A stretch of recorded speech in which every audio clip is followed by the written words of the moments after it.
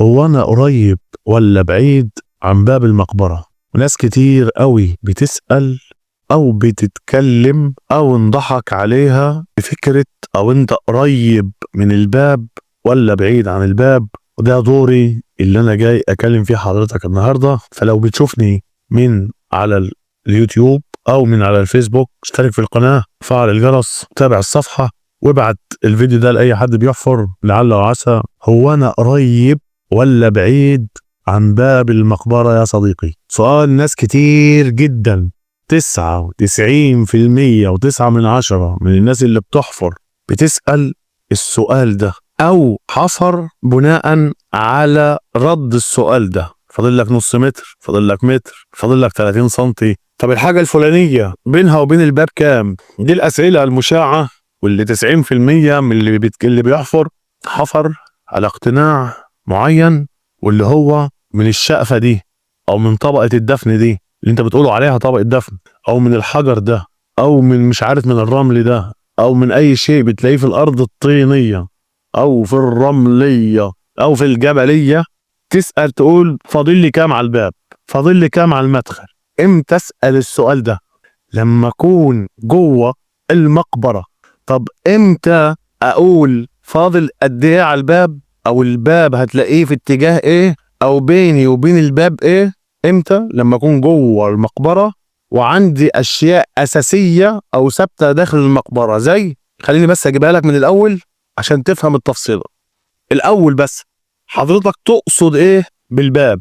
أي باب اللي تقصده طبعا معليه، والكل بيقصد بكلمة الباب هو باب غرفة الدفن، ده مقصودك بالباب. طب اللي عايزك تفهمه بس الأول إن في حاجة اسمه مدخل مقبرة، وحاجة تانية اسمه باب غرفة الدفن اللي انت تقصده بالسؤال.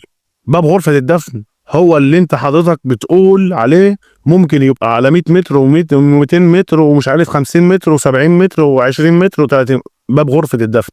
اما مدخل المقبرة ده بيبقى دايما على وش الارض او مرتفع فوق وش الارض. يبقى انا رقم واحد لازم افرق ما بين ان انا اوصهم ان في حاجة اسمها مدخل مقبرة وباب غرفة الدفن.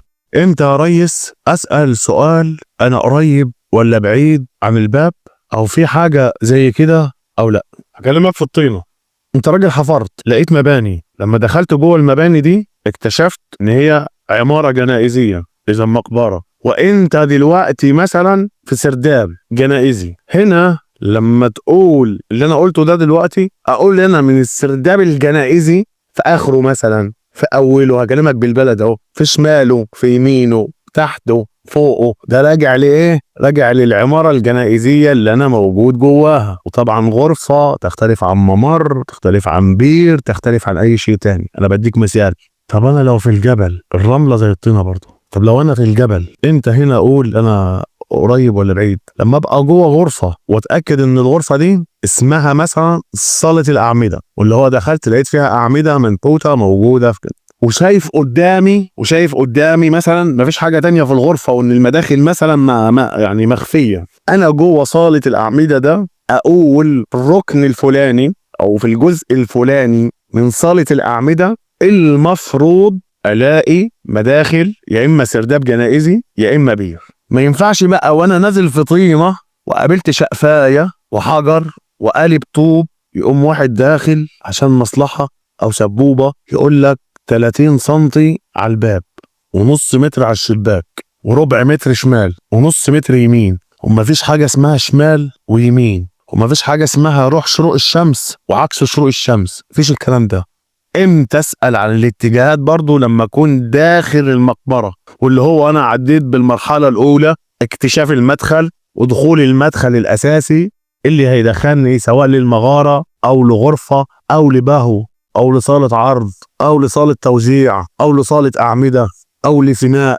فمن داخل الحاجه دي بلاقي اقدر اقول ان الجزئيه او المنطقه الفلانيه من الغرفه دي اللي انا فيها عشان هي اسمها كذا لازم يكون فيها المدخل الفلاني او المدخل العلاني. زي مثلا دخلت مغاره او دخلت مقبره، غرفه مش منحوت فيها اي حاجه غير حاجه اسمها الباب الوهمي. طبعا كلنا عارفين الباب الوهمي. هنا اقول الباب الوهمي هنا اهو، غرفه الدفن في الحته الفلانيه من باب الوهمي، مش من الشقفايه اللي متلقاها بره ولا قالب طوب احمر واخد ميول وداخل فوق وطالع تحت ونازل مش عارف ايه، ولا طبقه سوداء كانت مايله، ولا طبقه حمراء كانت واقفه. واللي هو هبسطها لك خالص، هناخد جبل لا دلوقتي وبعدها الطيبه. حضرتك دلوقتي شغال في الجبل، مدخل مخفي عثرت عليه صدفه او بعلم. المدخل ده خلفه غرفه منحوته، ومن داخل الغرفه ده عمل كل شيء. ادخل الغرفه، من الغرفه دي اعرف هي دي النهايه ولا هي دي البدايه لسه، ومن اللي جواها اقدر اقول غرفه الدفن فين او في اتجاه ايه. رحت في الجبل، كسرت بهيلتي ثم يتعدى من 80 سم لأتخن حاجه متر، وما لقيتش خلفه غرف او سراديب او الكلام ده. انت شغال في طبيعه. الناس اللي اشتغلت بالهيلتي اشتغلوا 10 و15 و20 متر و30 و40 وانزل تحت زي ما انت عايز. قول ما حدش يعني. وكان فاكر ان دي اثار، وان هم ردموا الابيار وردموا السراديب وردموا مش عارف ايه عجنات، فانت المفروض لازم تروح تكسر وراهم. حضرتك شغال في طبيعه ومضحوك عليك فيها. غير كده يا ابن عمي، طول ما انت ما وصلتش لمباني تكون المباني دي اتبنت خصيصا لمقبرة، وطبعا لها اشكال معينة تدل ان ده مباني جنائزية اتعملت لمقبرة، وطول ما انت مش داخل المباني دي هتقدر تقول ان في اصلا غرفة دفن، ولا اقدر اقول انا عندي دفن، ولا اقدر اقول انا قريب ولا بعيد عن غرفة الدفن. اقدر احكم امتى يا صديقي ان قريب او بعيد؟ لما اكون داخل الغرف الجنائزية او داخل المقبرة من الداخل.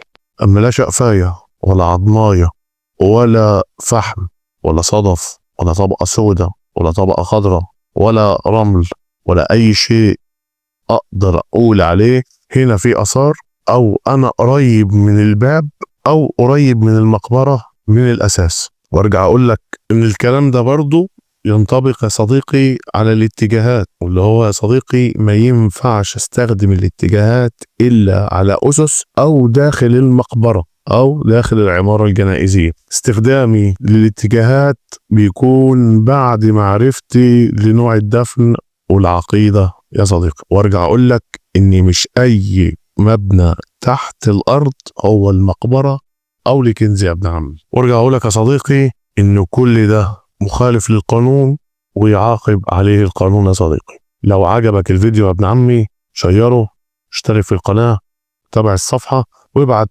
الفيديو ده لأي حد بيحفر أو بينقب أو فهمه عن الموضوع زي ما حضرتك كنت فاهم كده. وصله لعل وعسى كلامي يكون سبب في إنه يفهم الموضوع صح. أنا أحمد سفاري، ودي صفحة زي الإشارات ما بتقول.